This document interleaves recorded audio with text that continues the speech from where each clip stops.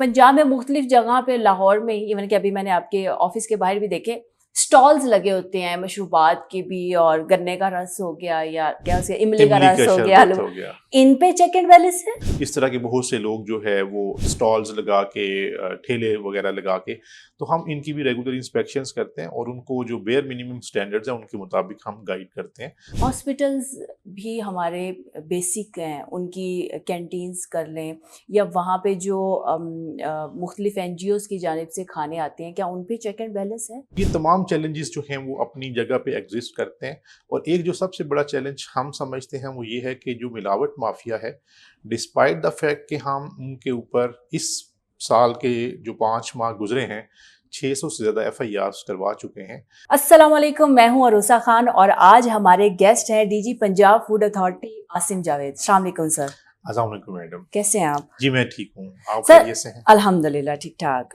Sir, Punjab food authority के क़याम का जो बुनियादी मकसद था वो क्या था और ये कब कायम हुई थी? पंजाब फूड अथॉरिटी 2011 में कायम हुई, और इसका बुनियादी मकसद ये था कि तमाम लोगों को जो है वो फूड सेफ्टी स्टैंडर्ड्स के मुताबिक जो खुराक है, जो हफ्ज़ाने सेहत के असूलों के मुताबिक खुराक है, उसकी फ्राहमी को यकीनी बनाया जाए। ठीक है।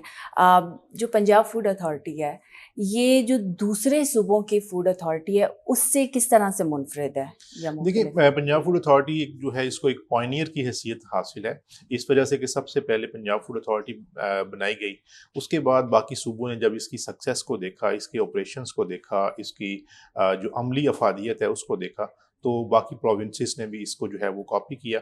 उनके कवानीन भी जो बने वो पंजाब फूड अथॉरिटी ने काफ़ी उनको उसमें सपोर्ट किया, हम्म। और जो टेक्निकली उनको एक तरह से अवेयरनेस देने की ज़रूरत थी, गाइड करने की ज़रूरत थी, उसमें भी पंजाब फूड अथॉरिटी ने उनको गाइड किया। तो हम ये बड़े जो है वो फ़ख्र से इस बात को कह सकते हैं कि Balochistan food authority, Sindh food authority, KPK food authority और आज़ाद कश्मीर फूड अथॉरिटी, उनकी कैपेसिटी बिल्डिंग में उनके लॉज की जो फ्रेमिंग है उसमें पंजाब फूड अथॉरिटी का एक अहम किरदार रहा है। और पंजाब फूड अथॉरिटी के बाद बाकी सूबों में और बाकी प्रोविंसेस में जो है वो फूड अथॉरिटी का क्या अमल में आया। इस तरह तो पंजाब फूड अथॉरिटी को बहुत सारे चैलेंजेस का भी सामना रहा होगा और अब तक हो रहा होगा। देखिए, food safety in it self एक बहुत बड़ा चैलेंज है। उसकी वजह ये है कि पाकिस्तान के अंदर 250 मिलियन लोगों का ये पूरा एक मुल्क है। अगर पंजाब की बात करते हैं तो 130 मिलियन से ज़्यादा लोग यहाँ पर बसते हैं। तो फूड जो है वो हर किसी का सब्जेक्ट है, पानी से लेकर दूध से लेकर हर फूड आइटम जो है वो हर इंसान ने कंज्यूम करनी है। तो क्योंकि फूड की कंजम्पशन बहुत ज़्यादा है, इस वजह से फूड सेफ्टी के इश्यूज भी जो हैं वो बहुत ज़्यादा हैं। हम्म। डिस्पाइट द फैक्ट कि हम बहुत ज़्यादा इंस्पेक्शंस करते हैं, हम्म। 2023 के मुकाबले में हमारी इंस्पेक्शंस तकरीबन 160% ज़्यादा हैं, हम्म। लेकिन चैलेंजेस बहुत से हैं। अच्छा। और उसमें चैलेंजेस में एक तो ये है कि लोगों की ट्रेनिंग्स करवाना, उनको फूड हम्म। सेफ्टी स्टैंडर्ड्स के मुताबिक एजुकेट और अवेयरनेस प्रोवाइड करना, इंडस्ट्री की इंस्पेक्शन करके उसमें बेहतरी के लिए अमली इक़दामात करना, अपने लोगों की कैपेसिटी बिल्डिंग करना, और उसके अलावा मीट सेफ्टी के हवाले से, मिल्क सेफ्टी के हवाले से जो है, और ऑयल एंड घी सेक्टर के अंदर जो है हम्म। जो इंडस्ट्री रेलेवेंट है उनको किस तरीके से एजुकेट करके एक बेहतर प्रोडक्ट्स जो है वो बनाना, ताकि लोगों की सेहत जो है उसके ऊपर उसके जो है वो मुस्बत असरात आएँ। तो ये तमाम चैलेंजेस जो हैं वो अपनी जगह पे एग्जिस्ट करते हैं, और एक जो सबसे बड़ा चैलेंज हम समझते हैं वो ये है कि जो मिलावट माफिया है, डिस्पाइट द फैक्ट कि हम उनके ऊपर इस साल के जो 5 माह गुजरे हैं 600 से ज़्यादा FIRs करवा चुके हैं, लेकिन हम उसको उस तरीके से कंट्रोल नहीं कर सके जैसे करना चाहिए था। और ये एक मैं समझता हूँ कि बहुत बड़ा चैलेंज है, और इसके ऊपर जो है वो हमारी पुलिस, हमारी कोर्ट्स को सेंसिटाइज करने की और कानून में तरमीम करने की ज़रूरत है। सर, लोगों को शऊर कितना आया है पहले की निस्बत और अब? वो लोग जो आम आवाम है और वो लोग जो फूड प्रोवाइड कर रहे हैं, लोगों को खाना दे रहे हैं। देखिए, जहाँ तक खाना प्रोवाइड करने वाले या उसको प्रोसेस करने वाले या मैन्युफैक्चरिंग करने वाले लोग हैं, उनकी अवेयरनेस में तो एक ख़ास हद तक इजाफा हुआ है।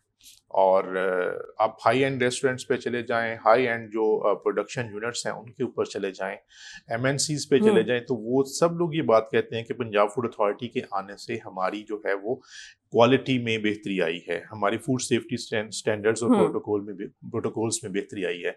जो स्मॉलर इंडस्ट्री है, जो स्मॉलर फूड पॉइंट्स हैं, उनको भी हमने जाके क्लस्टर बेस्ड ट्रेनिंग्स करवा के, ऑनलाइन ट्रेनिंग्स करवा के, सो मच सो के घरों में खवातीन की फूड सेफ्टी की ऑनलाइन ट्रेनिंग करवा के इस जो है इस सेक्टर को भी जो है बेहतर करने की कोशिश की है।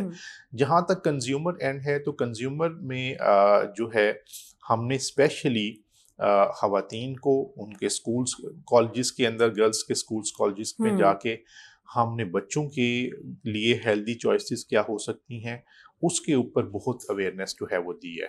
और मैं ये समझता हूँ कि जो इन्फॉर्म्ड फूड चॉइसेस हैं, दो के आपको पता होना चाहिए कि आपकी जो एक तरह से परचेजिंग कैपेसिटी है उसके मुताबिक आपको कौन सी न्यूट्रिशियस जो खुराक है या बैलेंस्ड मुतवाज़न खुराक है वो किस तरह से लेनी चाहिए। तो हम इसके ऊपर रेगुलरली एजुकेट करते रहते हैं, गाइड करते हैं। तो ये एक बोथ वेज मैं समझता हूँ कि एक बेहतरी आई है। सर, आपने स्कूलों की बात की, फैक्ट्रियों की बात की, हॉस्पिटल्स भी हमारे बेसिक हैं, उनकी कैंटीन्स कर लें या वहाँ पे जो मुख्तलिफ एनजीओज़ की जानिब से खाने आते हैं, क्या उन पे चेक एंड बैलेंस है? देखिए, कैंटीन्स के ऊपर तो हमारे रेगुलर इंस्पेक्शंस होती हैं और जिन एनजीओज़ की तरफ से जो है वो खाना प्रोवाइड किया जाता है हॉस्पिटल्स में, हम उनके जो प्रोडक्शन के किचन्स होते हैं उनकी भी इंस्पेक्शंस करते हैं। और दो कि वो एक फिलंथ्रॉपी का काम कर रही होती है, लेकिन हम जो फूड सेफ्टी एस्पेक्ट है उसको नज़रअंदाज नहीं करते। इसी तरीके से जो कॉलेजेस हैं, यूनिवर्सिटीज़ हैं, उनके जो मेस होते हैं उनकी भी हम इंस्पेक्शंस करते हैं, रेगुलर बेसिस पे करते हैं।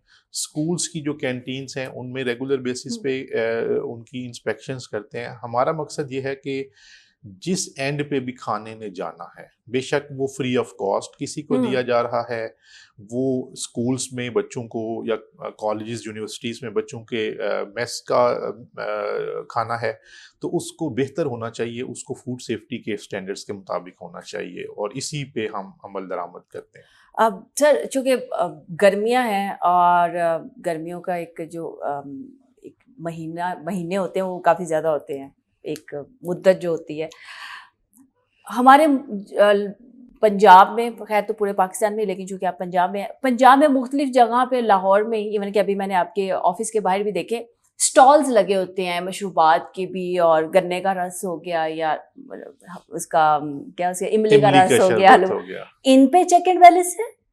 देखिए, हमारी जो सीजनल कैंपेन्स हैं वो बेसिकली उनको डिज़ाइन इस तरह से किया जाता है कि उस सीज़न में जिन चीज़ों की ज़्यादा कंजम्पशन हो रही होती है, अब तकरीबन 46-47 टेम्परेचर होता है, तो ये बहुत से सरदाई वाले, इमली आलू बुखारे के शरबत वाले, नींबू पानी वाले शरबत वाले, इस तरह के बहुत से लोग जो है वो काम कर रहे होते हैं, स्टॉल्स लगा के, ठेले वगैरह लगा के।